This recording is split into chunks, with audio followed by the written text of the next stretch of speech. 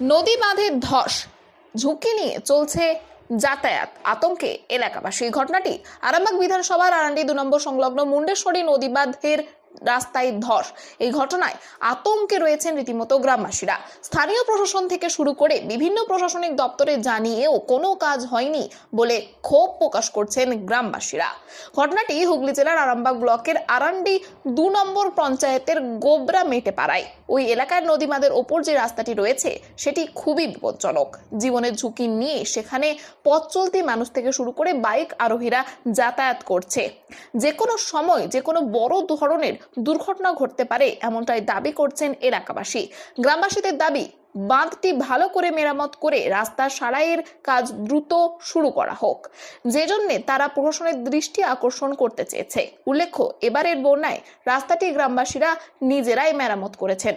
গোবরা মেটেপাড়া থেকে প্রায় 100 মিটারের বেশি যে নদী বাঁধের ওপর রাস্তাটি রয়েছে, সেটার পুরো রাস্তাটা নদী বাঁধের নিচে ভয়ঙ্কর ধস নিয়েছে। বড় ধরনের কোনো দুর্ঘটনার পাশাপাশি নদীর জল বাড়লে শতাধিক পরিবার সহ বাড়িঘর ক্ষতিগ্রস্ত হবার প্রবল আশঙ্কা রয়েছে। রাস্তার খারাপ এর কারণে প্রায় সময় ঘটছে ছোটখাটো দুর্ঘটনা। সেখানে ছোটখাটো দুর্ঘটনা প্রতিদিন লেগেই রয়েছে। রাস্তা সংস্করণ না হওয়ার ক্ষোভ প্রকাশ করেছেন এলাকাবাসী। এই প্রসঙ্গে কৃষি সেচ ও সমবায় সমিতির আরামবাগ পঞ্চায়েত সমিতির কর্মাধ্যক্ষ শ্যামল মিশ্র জানান, ওই বাঁধের ওয়ার্ক অর্ডার দিয়ে দেওয়া হয়েছে, কাজ হবে খুব শীঘ্রই। অন্যদিকে গ্রামবাসীরা কি জানাচ্ছেন তাদের থেকে শুনবো বিস্তারিত। 24 আওয়ার্স আরামবাগের রিপোর্ট।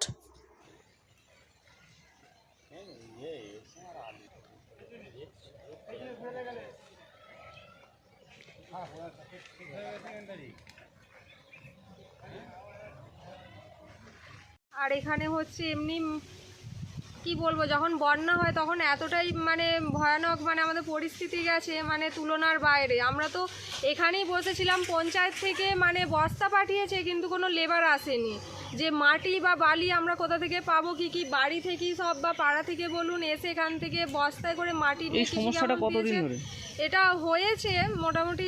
কিন্তু এইবারে বেশি দেখা দিয়েছে এই বন্যাটার সময়। কিন্তু আমরা যে ভিডিও বলুন যেখানে বলুন এত জায়গায় জানিয়েছি, কেউ এখানে দেখতে পর্যন্ত আসেনি যে আমরা কীরকমভাবে আছি। আমরা মেম্বারকে পর্যন্ত জানিয়েছি যে এখানটা কিছু করে দেওয়ার জন্যে। তিনি একটা কথাই বললেন, আমরা তো এখানে কিছু করতে আর পারবো না। এটা কোন পঞ্চায়েত দিদি? এটা হচ্ছে আরান্ডি 2। মেম্বারের নাম? মেম্বারের নাম বুলবুল সিং। তাকে বিরাট সমস্যা, বাচ্চাদের স্কুল যাওয়ার সমস্যা। দেখুন না, এরকম রাস্তা দিয়ে যদি স্কুল যেতে যে কোনো বাচ্চা পড়ে যায়, সবসময় তো আমাদের দেখা এখানে সম্ভব হবে না। আমরা মাঠে ঘাটে থাকি, চাষাবাদ করে খাওয়া আমাদের। আমরা কি এখানে সবসময় বাঁধের ধারে বসে থাকা সম্ভব? এই বন্যার সময় এমনই পরিস্থিতি, বাড়িতে রান্না পর্যন্ত বসানোর সময় পাইনি, এখানে থাকতে হয়েছে। সারাক্ষণ বসে থেকে বাঁধ পাহারা দেওয়া কি সম্ভব? এরকম বারবার হচ্ছে।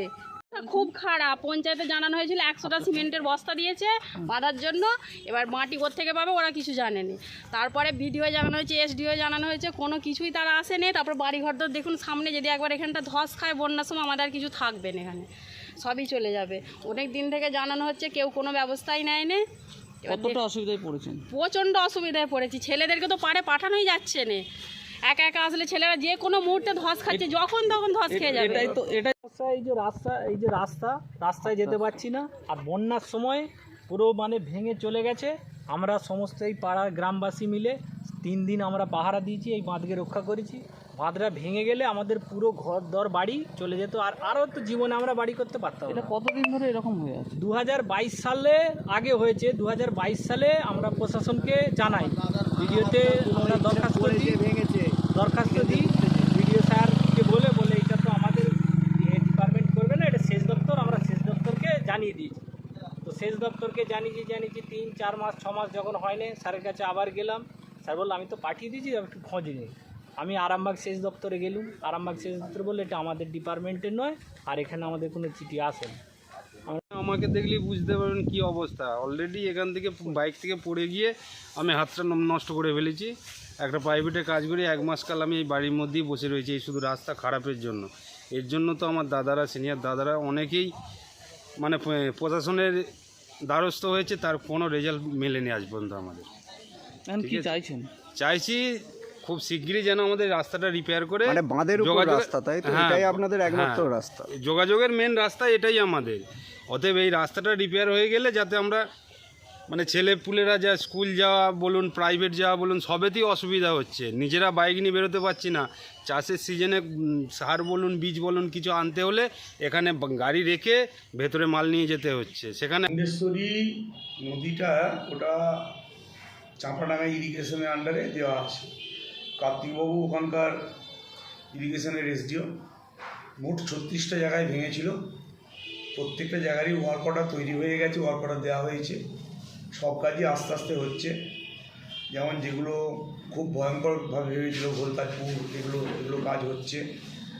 উল্টো দিকে এই কাজগুলো হবে, আমরা আশাবাদী, এবং এর ওয়ার্ক অর্ডার দিয়ে দেওয়া হয়েছে, অলরেডি দিয়ে দেওয়া হয়েছে। ওখানকার মানুষের অভিযোগ 2022 সাল থেকে ওনারা বিভিন্ন সরকারি দপ্তরে ঘুরছেন, কিন্তু কোনো সুরাহা হচ্ছে না। হ্যাঁ, এবারে ভয়ঙ্কর বন্যার পর আমরা সমস্তগুলোকে, যে জায়গাগুলো ভেঙেছিল সেই জায়গাগুলোকে সমস্ত এক জায়গায় নিয়ে এসেছি, একটা কলমে নিয়ে এসেছি। সেই টোটালটা 36টা জায়গা দেওয়া আছে, তার মধ্যে গোবরাও আছে। গোবরার কাজ হবে।